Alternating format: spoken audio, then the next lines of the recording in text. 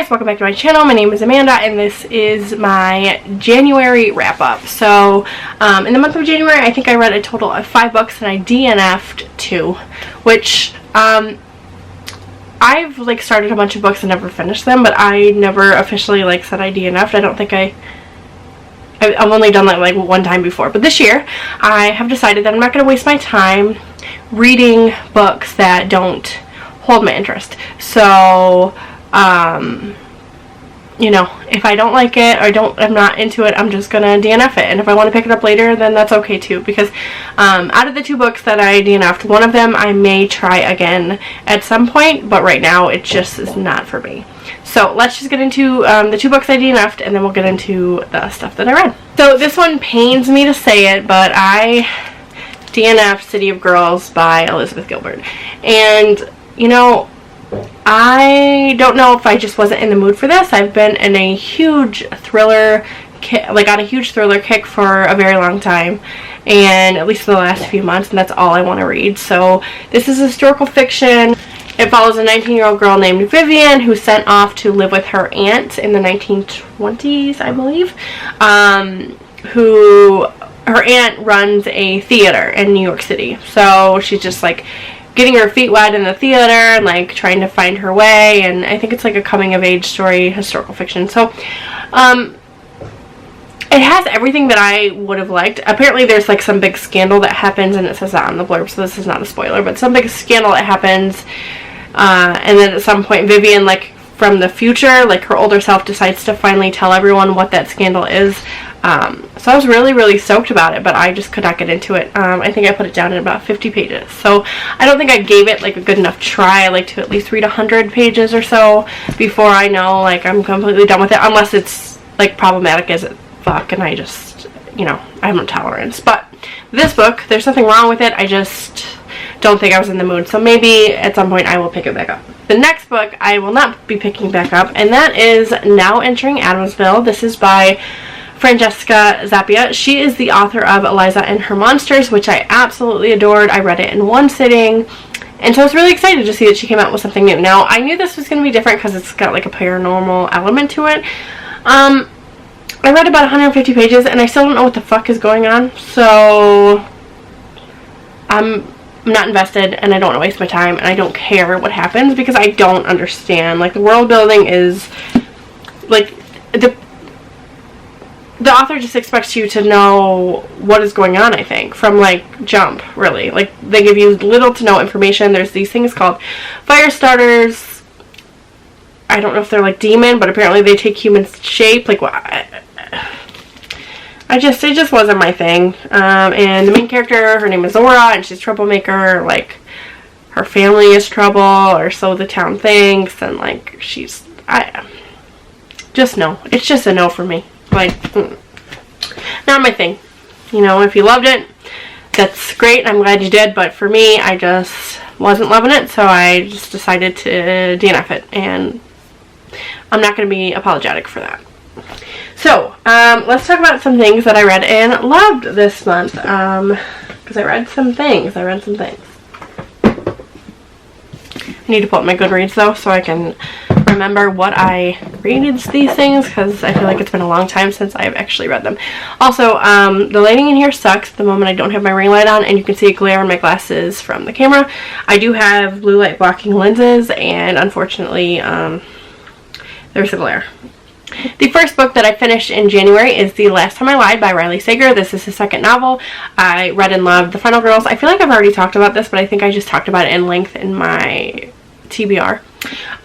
So this follows a woman named Emma who, when she was 13, I believe, she is shipped off to a summer camp for girls, and her bunkmates mysteriously go missing in the middle of the night, and they've never found them since. The camp shut down. It was a big scandal.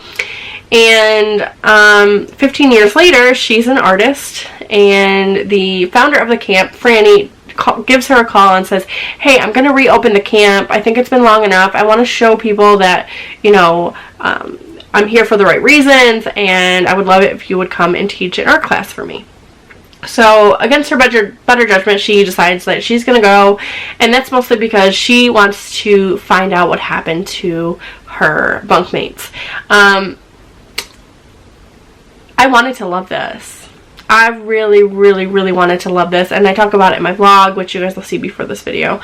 And I didn't. I ended up giving it 3.75 stars. It did kind of redeem itself a little bit at the end, but I feel like there were some plot holes. I feel like things were just there to be there. They did. I mean, there's like this huge thing that is like happening throughout the story, and then you just find out like it's like it literally goes nowhere. Like that storyline kind of really goes nowhere, and it was a big letdown for me, honestly. I don't know, and I also feel like it took a really long time. Like, this book is 370 pages, and I would say, like, things really didn't start happening till, like, 250 pages in, I feel like, honestly, and that's crazy to me, because there's only 300, like, a little over 100 pages to go, and things were really starting to, like, grab my attention. I just, you know, it had all the things in it that I should have loved, but I didn't, and, you know, that's okay, because Final Girls, I absolutely love, 5 out of 5 stars. I have Lock Every Door somewhere here behind me, and I can't wait to get to that one, and I'm really hoping I love it. Plus, they just showed the cover for his newest novel, and it glows in the dark. Like, sign me the hell up. I want that book just because it glows in the dark, and also because I love Final Girl. So I'm really hoping that you know, his next book will really grab me, and I'll love it just as much as I did Final Girls. Okay, so the next book that I picked up is Dear Wife. This is by Kimberly Bell. I picked this up because I think Nicole from the Girly Girl Bookworm was talking about it in one of her videos, and I've really been into thrillers, specifically domestic thrillers, so you know, she really liked it. So I was like, you know what, I'm gonna give this a go. So this is dual perspective. It follows 2 women, one of which is named Beth, who is on the run from what seems to be her abusive husband, and the second, her name is Sabine Hardinson, and she goes missing. So you're following this woman who's on the run and who's trying to like cover her tracks and like whatever, and then you're also following this woman who is up and disappeared, and it's like the husband and the twin sister of the missing woman are like at odds, and the husband's just kind of like a horrible person. And you also have the perspective from the detective, whose name is Marcus, I think. I can't remember what his name is. So actually, it's not dual perspective. There's 3 perspectives. Beth, the runaway, Sabine, the woman that is missing, and then the detective. Marcus, I think is his name. And I'll have to tell you, like, when I first started reading it, I thought, you know, this is okay, like, it's not great. And then all of a sudden, like, I was like, holy shit, like, this is great. And I can't stop thinking about it. Like, I thought about it for, like weeks after I read it, which to me means that I enjoyed it. If I'm, like, continuously thinking about this novel and I'm, like, remembering things about the novel, and, like, that just means I love it. So I'll probably pick up more from her at some point. I don't know when, but I definitely want to pick up some more from her and see how I like those things. I don't remember when I rated this one. I was going to give this 3.5 stars, but it really grabbed my attention, and so for that I gave it 4 stars, and I'll definitely be picking up some more from her in the future. So the next thing that I picked up was The Queen of Nothing by Holly Black.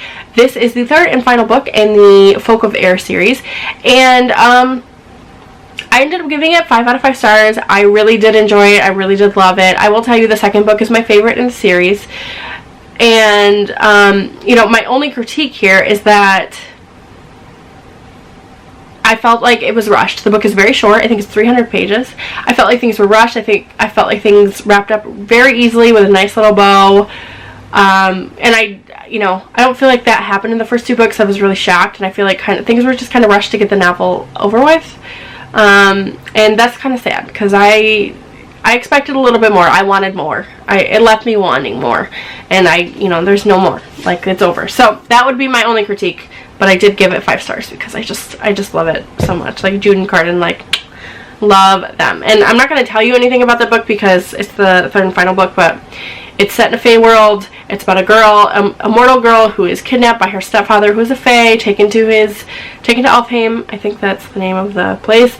And it's her trying to navigate being a mortal in a immortal world. So, you know, it's good. Pick it up if you like fae stories. Then I picked up The Broken Girls by Simone St. James. This is, I've had this on my shelf for a really long time. I loved this book. I gave it 5 out of 5 stars. The first little bit, like the first 100 or so pages, I was like, this is not what I expected it to be. But man, did it have me gripped the entire time. It has everything that I want in a book. It is historical. It is paranormal. It's a mystery.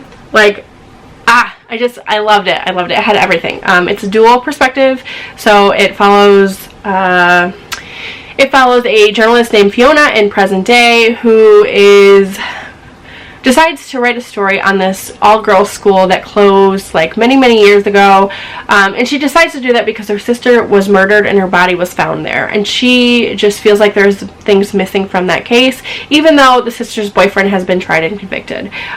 She just really feels like there's something missing, and she just really wants to be on the grounds and see if she can figure anything out. And then it follows a group of girls from that all-girls school in the 1950s, and kind of gives you like a glimpse into their lives, and there's chapters for individual girls, so you get like a glimpse into each of them and why they're there, and who they are, and etc, etc. And then there's a ghost haunting the grounds, so you kind of get that as well. I thought I was going to love it, then I started reading it, and I was like, I don't know, man, I think this is going to be disappointing, and then I'm so glad that I pushed myself to read it, because it's just, I love it. I loved it so much. It's so good. I do have her next book, which is The Sundown Motel, and I can't wait to get to that one. I don't know when, but I definitely am intrigued to read that one sooner rather than later. The final book that I read this month is Little Women by Louisa May Alcott, and I gave this one 5 out of 5 stars. I loved it. I'm so glad that I finally read it. I've only been saying for years that I wanted to read this book, and I finally read it. I don't think it's going to be for everyone. I think that it's very fairy tale-esque in the sense that everything is perfect, and if something does go wrong, there's always a lesson, and like they learn from it, and like, but nothing bad, it is like that, but I don't care. I didn't care. I think it's wholesome. I thought it was very sweet. It made me feel a lot of things. I will say, like, I did listen to the audiobook for some of it, but I found myself like kind of not paying attention. I think that was easy to do with the audiobook because there's not like a plot. It's a very character driven story. Like, you're just watching these girls like grow into women, and it's about their lives and the things that they go through, but it's not like there's like a big like climax or something. Like, that doesn't happen here. So it's about the 4 March girls. We have Amy, Jo, Beth, and Meg, and at least I hope it's Meg. I know they call her name is actually Margaret, but I believe they call her Meg. God, how do I forget that already? And it's just about their lives. So the things they go through, the decisions that they make. Jo is like this tomboy who like calls herself the man of the family, and she wants to be a writer. We have Amy, who wants to be an artist. She wants to be an artist, but she also wants to marry rich because they're very poor. And their father is a pastor, I think, or priest or something. We have Meg, who I think she wants to be a housewife and a mother. And then we have Beth, who she's quiet. She plays piano. She's very into music, so that's kind of her thing. And I think this novel will have you laughing. It will have you crying. It will have you infuriating. Maybe. I don't know if I ever got mad, really.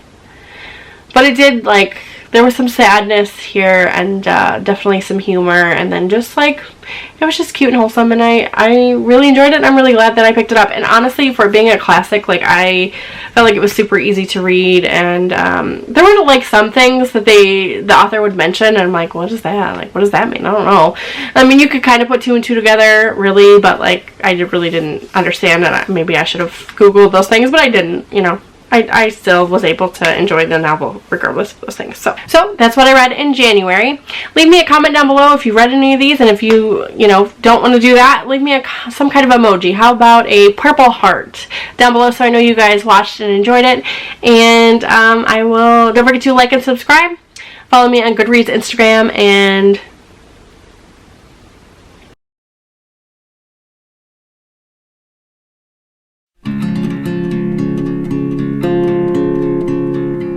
you.